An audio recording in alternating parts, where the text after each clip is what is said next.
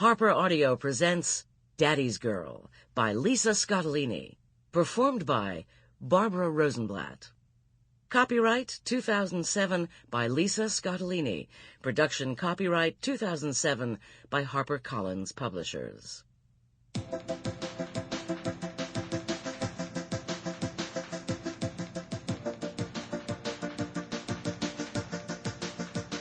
Chapter 1.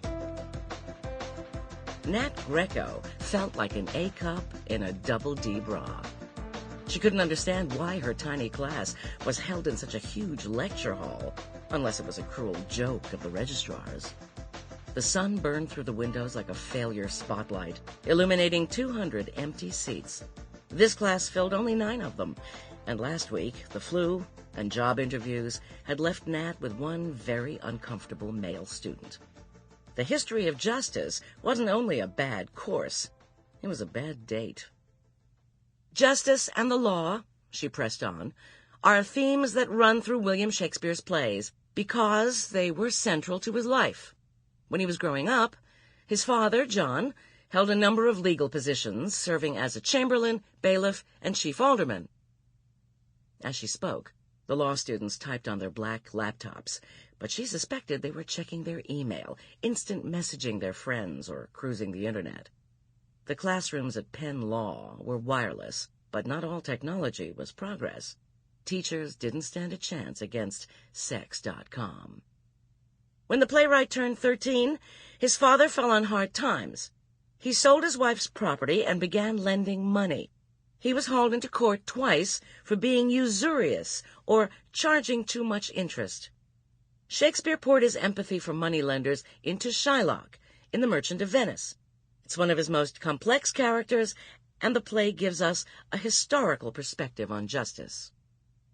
Nat stepped away from the lectern to draw the students' attention, but no luck. They were all in their 3rd year, and 3Ls had 1 foot out the door. Still, as much as she loved teaching, she was beginning to think she wasn't very good at it. Could she really suck at her passion? Women's magazines never admitted this as a possibility. Let's turn to the scene in which Antonio asks Shylock to lend him money, she continued. They agree that if Antonio can't pay it back, the penalty is a pound of his flesh. By the way, future lawyers, is that a valid contract under modern law? Only one student raised her hand, and, as usual, it was Melanie Anderson, whose suburban coif and high-waisted mom jeans stood out in this clutch of scruffy 20-somethings. Anderson was a 40-year-old who had decided to become a lawyer after a career as a pediatric oncology nurse. She loved this class, but only because it was better than watching babies die. Yes, Miss Anderson, contract or no? Nat smiled at her in gratitude. All teachers needed a pet, even lousy teachers, especially lousy teachers. No, it's not a contract. Good girl. Woman. Why not? There's offer and acceptance, and the money supports the bargain. The contract would be against public policy. Anderson spoke with quiet authority, and her French-manicured fingertips rested on an open copy of the play, its sentences striped like a highlighter rainbow.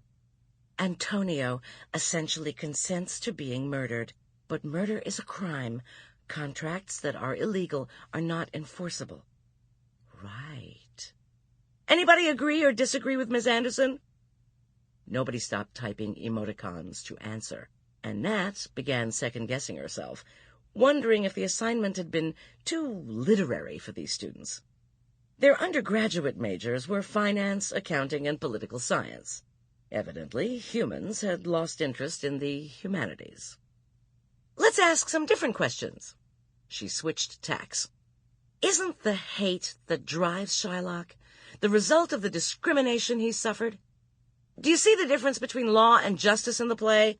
Doesn't the law lead to injustice, first in permitting enforcement of the contract, then in bringing Shylock to his knees? Can there be true justice in a world without equality? She paused for an answer that didn't come. Okay, everyone, stop typing right now and look at me. The students lifted their heads, their vision coming slowly into focus as their brains left cyberspace Sample complete. Ready to continue?